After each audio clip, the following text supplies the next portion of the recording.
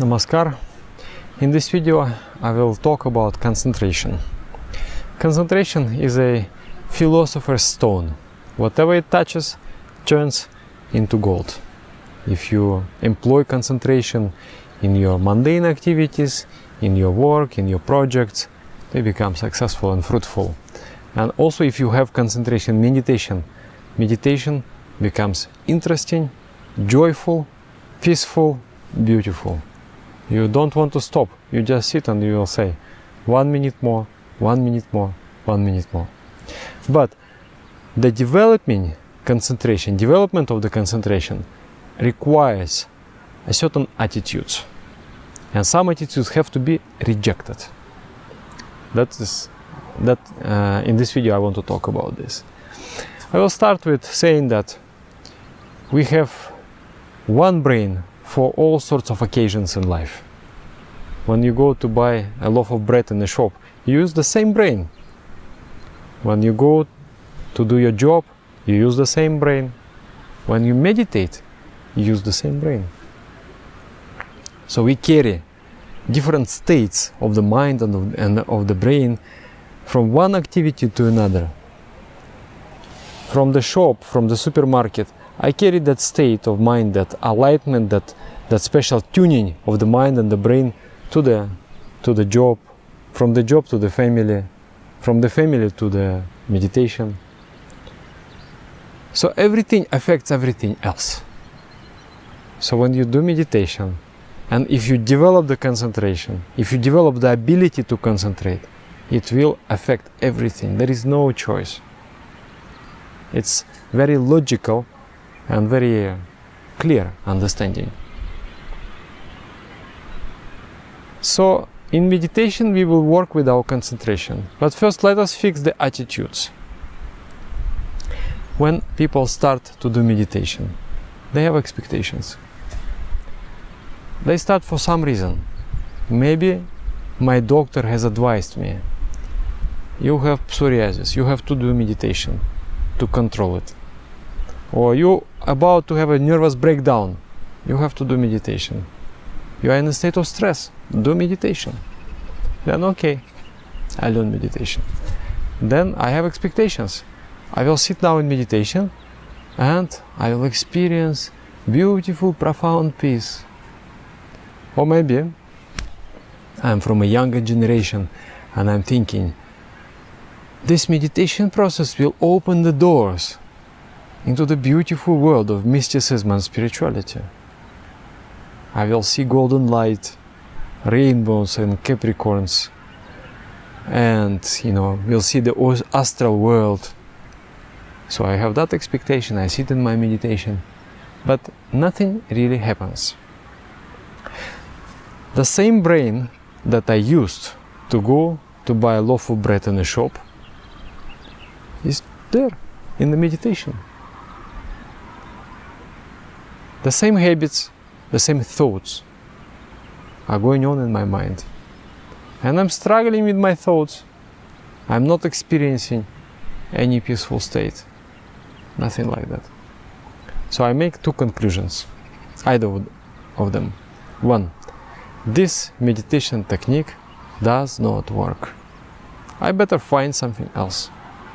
It's just like you start to play piano and your fingers are not accustomed to playing and you have no sense of proper musical hearing. And you try and it becomes very clumsy. So you think, oh, maybe piano is not for me. I better use the saxophone and I will succeed in that. So then you go to saxophone, then you go to the guitar, then you go to the flute, and everywhere is the same. Then you think, oh, maybe music is not for me. Other kind of people, they think that, oh, maybe this meditation technique is good and efficient and powerful, but I cannot do meditation. I'm just like that. I have no ability to do meditation. So both of those conclusions are wrong. Meditation technique that I'm teaching you is efficient, is very efficient. Very, very, very, very efficient. So there is no doubt about that. And you will experience it. You will put your signature yes, I tried and I succeeded and it is efficient. It helped me very much after some time. And that you are not able. Of course you are. Of course you are able. It's just like going to the gym. You go to the gym and you don't expect to be there standing, you know, with the gold medal from the first day. You're expecting to work, to labor, to exercise your muscles. And if you exercise your muscles, they will grow. The more you exercise, the more they will grow. At night when you sleep, the muscle will grow. In the morning you will come to the mirror, you'll see the big muscle there. So also in meditation, it's the same thing. But the exercise is on the mental level. You exercise the power of your mind. And that is a beautiful thing. To have a powerful muscle is one thing, but to have a powerful mind is really a big thing. Changes everything. So the mind cannot remain without thinking. It always thinks, always jumps from one object to another. So in that sense, thinking in meditation and thinking in day-to-day life, almost identical. In day-to-day life, mind jumps. In meditation, it will also jump from one object to another. For example, sweetheart, can you go to the supermarket and buy some cucumbers? I would like to make some salad. Yes, my dear, I will go. Then you go to the supermarket. Okay, I will buy cucumbers. I also want to buy some bananas. Cucumbers, bananas. Jump already. Change the object. Now bananas.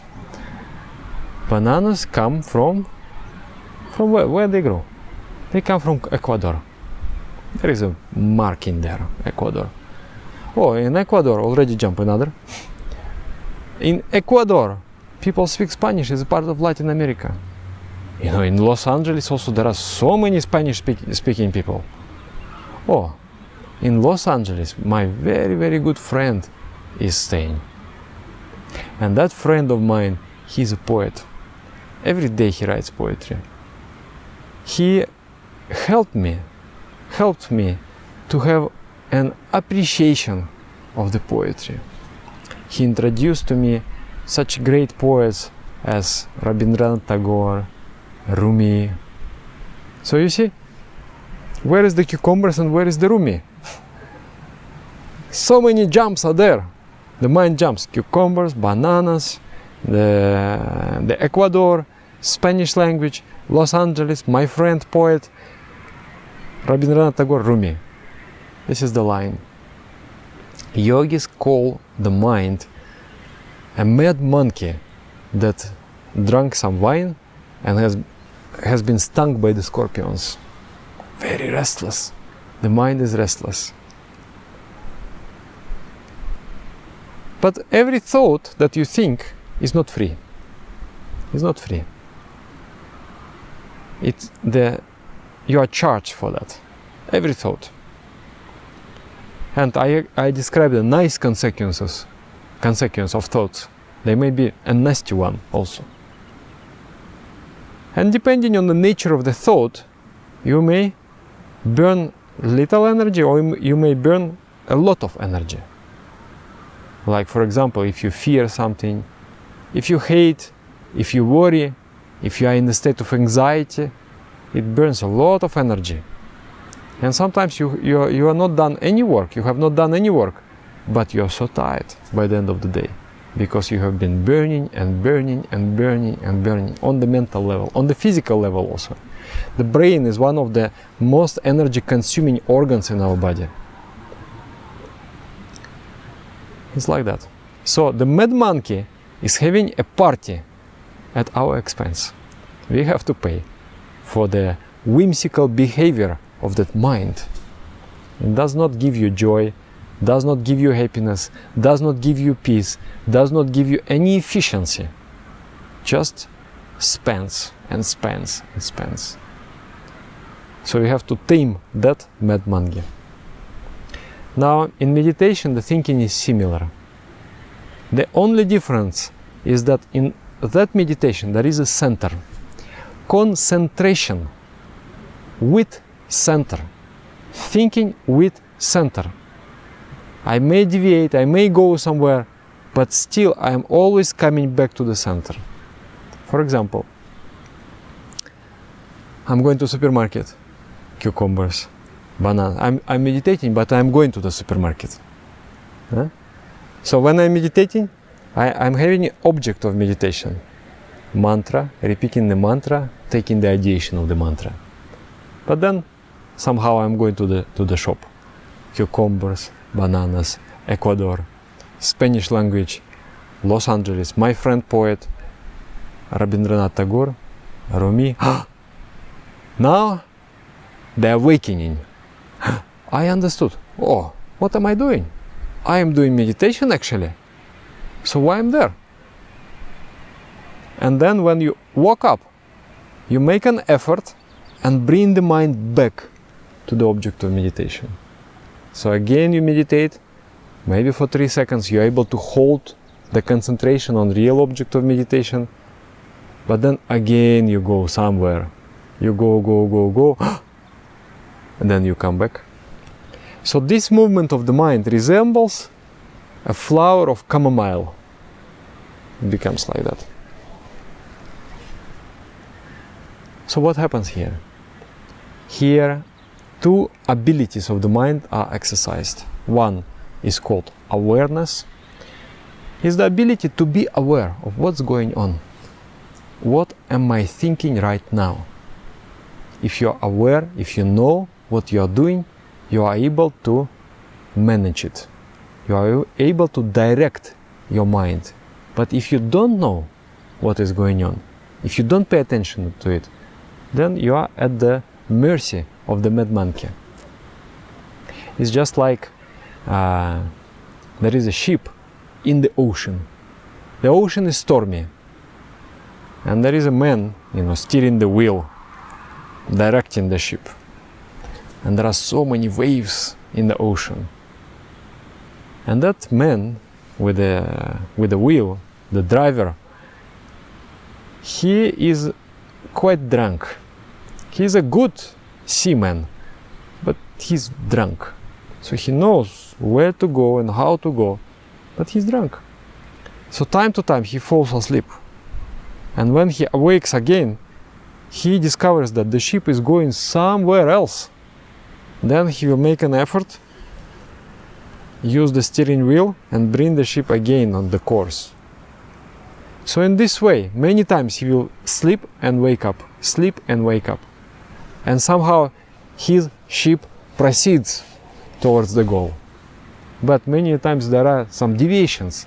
So the waves on the oceans, this is the tendencies of the mind, your habits, your thoughts, the objects that you are habitually connected with in day-to-day life. So the moment you lose awareness, the habits take over. The mind goes in the same course that it is accustomed to go.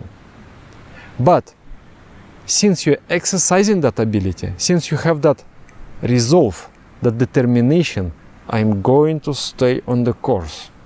I'm going to be concentrated at the object of meditation. This ability of awareness will improve.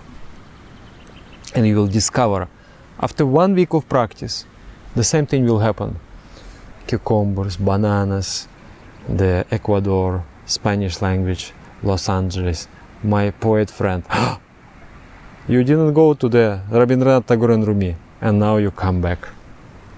So the petals of the chamomile, they grow shorter.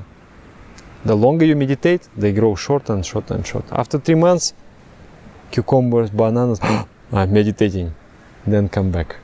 And this is something remarkable. I will explain the benefits a little later. So one thing is awareness. Through the power of awareness, you are able to achieve efficiency. Otherwise, you do many things, but you're not getting things done. And this is a very sad situation. Then another power, which is exercised during meditation, is the willpower. Let's say, I'm meditating, but then thoughts come. My friend will have a birthday. I will make a nice cake. That cake, I will I will saturate with a delicious syrup, and then I will wipe the cream, put it on top of the cake, then cut some pineapples, arrange some strawberries. I'm meditating.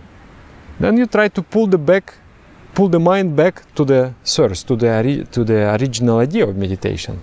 But the mind doesn't want. You say, no, wait. I will arrange some more strawberries there. And then you have to pull harder. So some thoughts liked by the mind. Mind likes to think those thoughts. They may be good, they may be bad also. But the mind wants to stick with those thoughts. So to withdraw the mind from those thoughts, you have to exercise willpower. And that willpower will grow just like a muscle. And this will also reflect in day-to-day life. I want to do something. No, I have a goal to accomplish. So your power of the will goes stronger and stronger and stronger. So some superficial temptations do not distract you, do not disturb you anymore. You become much more goal-oriented, much more tenacious. And this is just like a state of the brain, state of the mind, state of the nervous system. You even will not notice yourself that changes are going on. And then at one moment you will discover, oh, I have become much more efficient person. So that is the thing. Two things. Awareness, the power to know what I'm doing right now, and willpower, improving during this process. So we must be content and happy with this growing of the muscles, with this exercising of the muscles. Maybe I will sit and I am not able to achieve the complete stillness of the mind. But since I'm making an effort, the muscles are growing, and I'm happy for that. So if you have that attitude, no meditation will frustrate you. You sit on meditation and you close the eyes and the hell breaks loose. So many thoughts, it's just a chaos. And you might get frustrated, like, what is this meditation? So much chaos, I'm not able to do meditation, why should I bother? But with other attitude, you will enjoy it. Okay, now I'm in a stormy sea and I'm really getting experience. The driver, where he will get better experience? At the peaceful sea or stormy sea? At the stormy sea, of course. You will get skill to navigate the mind. And you're enjoying that. And you are happy for that. So you should be satisfied, not with so-called result, the feeling in meditation, but with your sincerity, with your output, with the work that you have done. This concentration of the mind has many striking benefits. One benefit already I told, that you become focused on the goal. And if you have done in the morning sincere meditation, the mind the whole day, it just rejects unnecessary things, not very important things, and goes for the main goal. Another thing is interest. Everything becomes interesting. And I have observed it with my friends. We can laugh and we can talk about anything. Why? Because everything is so interesting.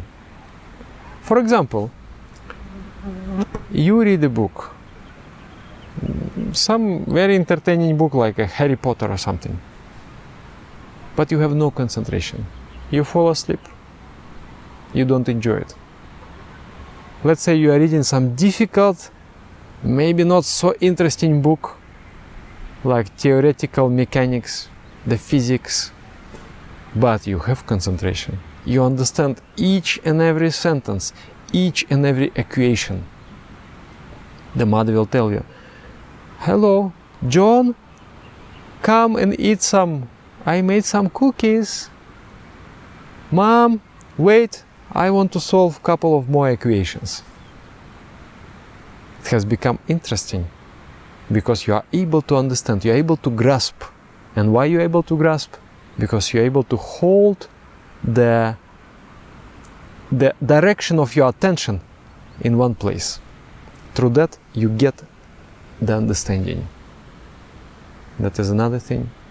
Everything becomes interesting. You can never be bored if you are a concentrated person.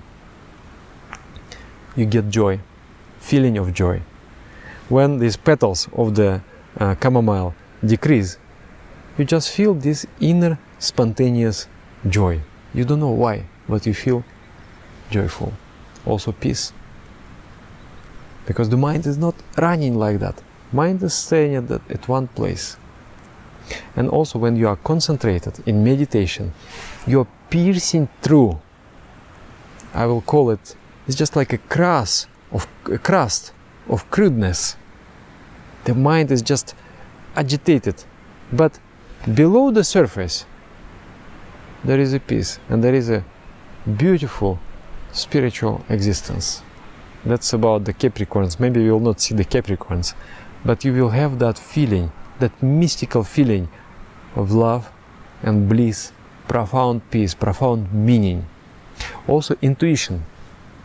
When the mind becomes like a point, at that moment you are almost like connecting to the cosmic internet.